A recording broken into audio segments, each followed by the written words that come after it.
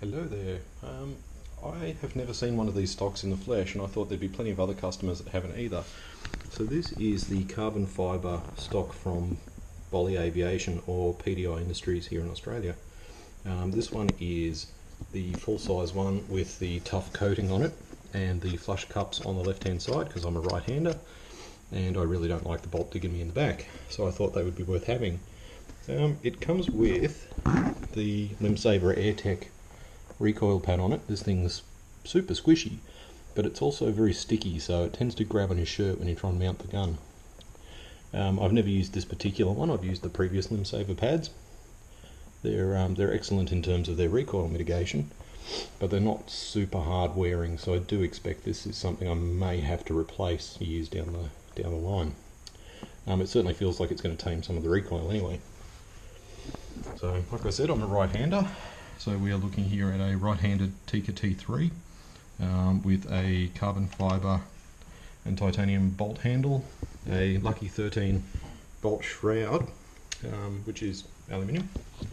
There is also the Zeiss Conquest HD5 scope on here, and the rifle is a stainless model that's been cerakoted in some grey colour. I can tell you what it is. It wasn't really important. When I ordered it, I wasn't fussed by the colour. I was more fussed by the protection that offers. So I'll turn it around quickly. Excuse the wobble. Okay, so we have an Atlas bipod on the front. This particular stock shipped with the Picatinny rail on the front. Given that this is chambered in 300 short mag and is a very light rifle, that rail is going to come off because I think that's going to chew the hell out of my fingers when I fire it. So I'm not keen on keeping that necessarily. So here we have the extended bolt handle. Obviously this is empty and checked. Very, very high degree of leverage when you open that, so the rifle barely moves when you open it with the longer bolt handle. However, it does stick out a fair way. Not sure if that's great on a hunting rifle or not. We'll see. I can always replace it with the original one if I feel the urge to. Level up the top here is from Vortex. They're quite cheap. That was, pretty much the only criteria there. I have a tendency to cant the rifle quite badly, and I suspect now that I've put a bubble on this one and a few others, having tried it with the bubble and tried it without, I suspect I've canted the rifle quite badly for a long time and not noticed, and not just this rifle. So I think the bubble's probably worthwhile having. Certainly an eye-opener for me how badly I cant when I feel like I'm straight.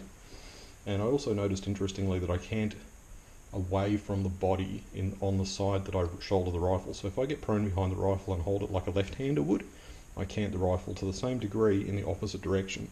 So I think it could be a physiology thing, perhaps. Given that I'm not exactly a small bloke, probably doesn't help. So this particular rifle, I'll try and turn her over, has a stainless steel piece of bottom metal with some scratches and dog hair and stuff stuck in it. I think this is an Atlas Works bottom metal. I'm not 100% certain. It takes the standard magazines but provides an alloy trigger guard. The reason I went with this, I'll put the camera down for a sec. The reason I went with this is because I don't like the aftermarket magazines. Despite the fact that they're excellent quality, they tend to rattle. This doesn't.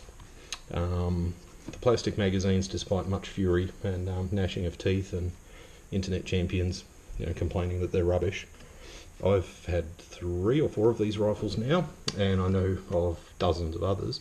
I've yet to see a magazine malfunction in person or amongst any of the people I know with these. I suspect that much of it is a beat up about nothing. They're not exactly cheap to replace, but then again, if you don't wreck them and you don't lose them, why would you need to replace them? This stock is, the texture on it, the photographs on their website make it look very, very rough.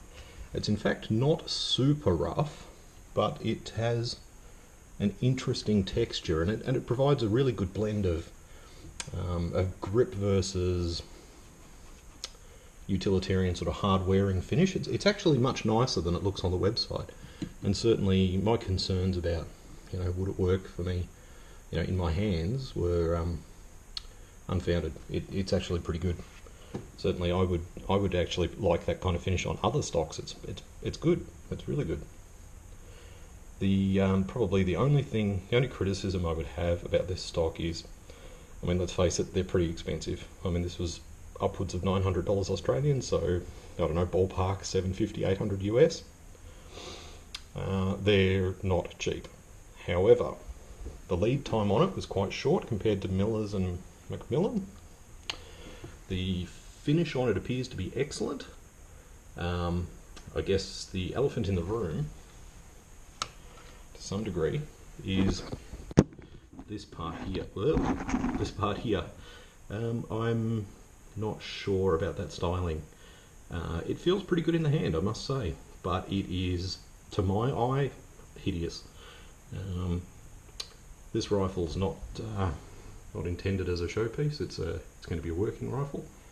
It's chambered in 300 short mag. I plan on launching probably 165 Woodley PPs out of it at somewhere in the vicinity of 3,000 feet a second. Stout recoil in such a light rifle. I haven't weighed it, don't ask. It's wearing this Ice Conquest HD5, like I said, which is not a super light scope, despite the fact it's got a 1-inch main tube. This gives me the option to dial for elevation, to dial for windage if I want to, and I do actually make use of that, especially when I'm playing on the range, on the rare occasion that I do. I've got to admit, it's not the perfect scope for an ultralight rifle. The optics are pretty good. It does suffer from parallax issues. It's super sensitive to the parallax settings. If you don't set the parallax perfectly, the reticle does wander quite a bit at range, and it seems to be very, very sensitive to those adjustments, and the adjustment moves quite easily, so it does tend to move when it's in a bag or on your shoulder. I certainly don't dislike this scope, but it's not perfect. It does give you in this case 3 to 15 by 42 millimeter. Gives you a good zoom range, good, fair to good optics, good clean adjustments that seem repeatable. If it wasn't for the parallax, it'd be pretty good. I think it offers the best of a combination of price, the ability to be used at range, at close range, at low light. It's a fair compromise. It's certainly not ideal. It can't match the adjustment quality of the Night Force. It doesn't match the optics quality of some of the other European scopes, but it does do a lot of things at a weight and a price point that sort of makes it suitable for this purpose. This is obviously not the first rifle I've had this particular scope on. So I've just picked the rifle up after the Cerakoting of the stock's gone on it. So this afternoon we're off to a friend's place to sight it in. The initial groups out of it using Norma factory ammo were about 2/3 of an inch, which is excellent.